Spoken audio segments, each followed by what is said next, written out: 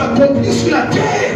Voici pourquoi Jésus dit, lorsque vous priez, dites notre Père qui est dans les cieux, que ton règne vienne. Le règne de Dieu va venir, mais sa volonté, parce que la saison est décrétée dans les sphères invisibles. La saison est déjà décrétée par Dieu, mais cette saison doit quitter cette sphère pour descendre sur la terre. Et c'est ce que Daniel a fait. Mais il y avait des résistances. Est-ce que vous comprenez? Il y avait des résistances. Il a persévéré pendant 21 jours. Le même sujet, 21 jours. C'est le 21e jour que Dieu a détaché Michael. Amen. C'est lui qui est comme Dieu. C'est lui qui est le défenseur du nom de Dieu. C'est Michael. Alléluia. Lui, lorsqu'il descend, c'est la guerre. C'est lui qui a précipité le dragon ancien, le diable du ciel pour le basculer sur la terre. C'est Michael, c'est pas Dieu. Et ça comprenez? C'est Michael parce que le dragon n'est pas l'égal de Dieu, non. Sinon ce serait illégal. Ce serait un combat qui n'est pas équitable. Amen. Donc c'est comme ça qu'il a persévéré, frère. Le temps de persévérer dans ces deux sujets est arrivé. Tu dois persévérer. Quelqu'un dit que c'est persévérer, il a décomposé, il a percé pour voir. Amen. Il faut percer pour voir. Non, perce comme dans la prière. Ton corps va se lever contre toi-même. Je te dis, tes sentiments, tes émotions vont s'opposer à toi au départ. Parce que lorsque tu vas commencer à prier, ton corps va te dire non, non, non, tu es fatigué, dors. Tes sentiments vont commencer à agir. Mes frères et sœurs, tu dois percer, tu dois persévérer. Alléluia. Daniel a persévéré. Il a persévéré jusqu'à ce que l'ange Gabriel, on est venu le secourir. Il est descendu et il a porté la saison de la visitation.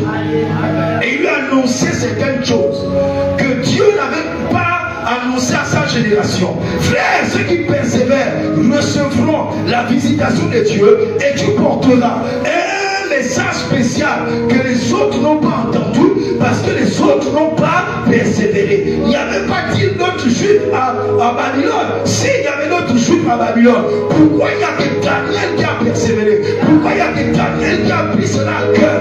La visitation est descendue sur Daniel. Et pourtant la saison était là. La saison où le peuple devait sortir, devait repartir sur sa terre. Et je comprends cela. C'est très important de comprendre les temps de la saison.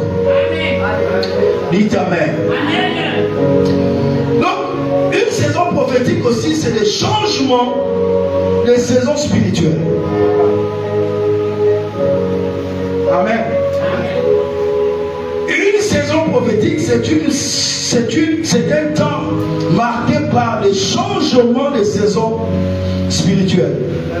Je veux que l'on prenne 1 Chronique chapitre 12, le verset 32 et que l'on le lise. 1 Chronique 12, verset 32.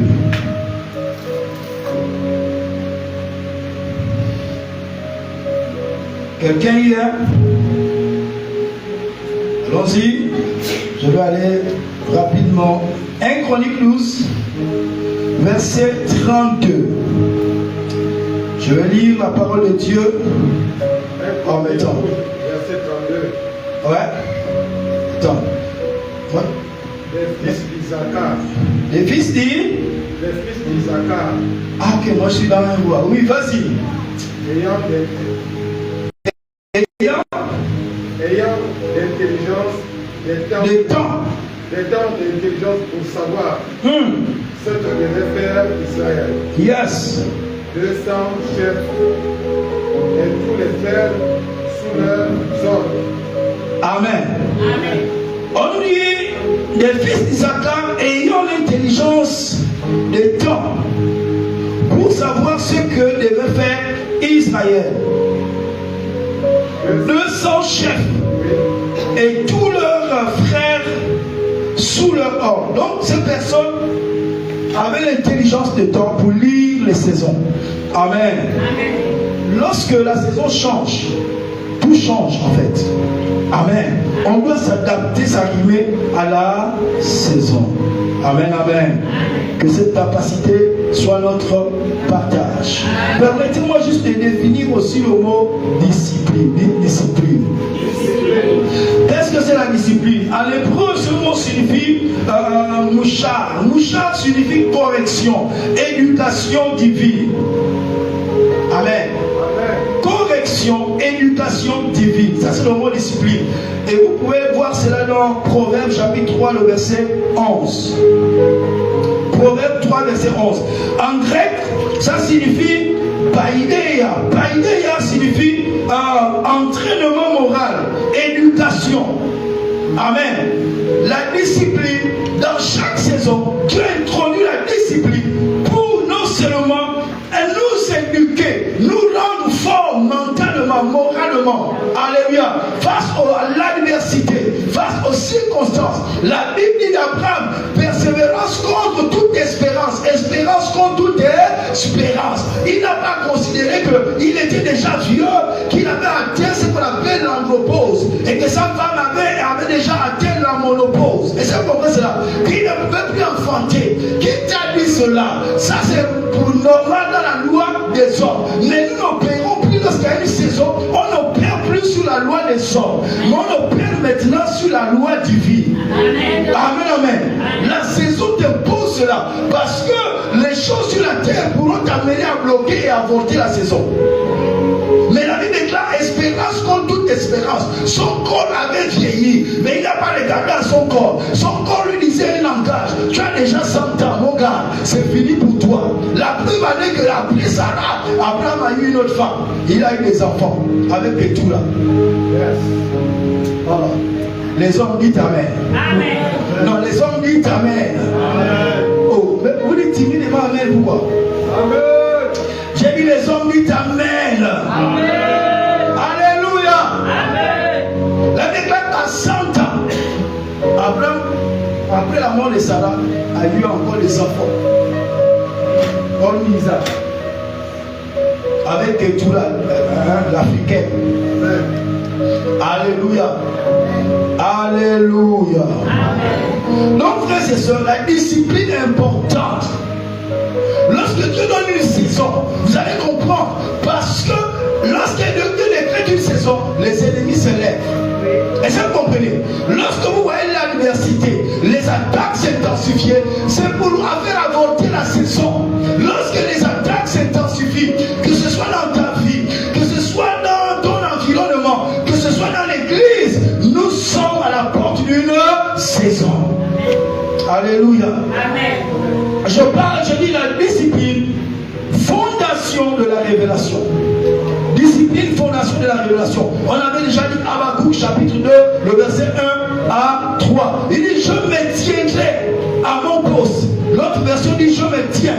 Ici on dit, je me tiendrai à mon poste pour voir ce que l'Éternel me dira. La discipline de se tenir à l'éveil, c'est ta responsabilité. La discipline de se tenir en éveil. Jésus, lorsqu'il avait dit Pierre, Jacques et Jean, les disciples, en deux mots, ils sont allés à Gethsemane. À Gethsemane, il a pris Pierre, Jacques et Jean. Il leur a dit, venez avec moi. Si on peut aller à un autre niveau. Et il leur a dit, veillez et priez.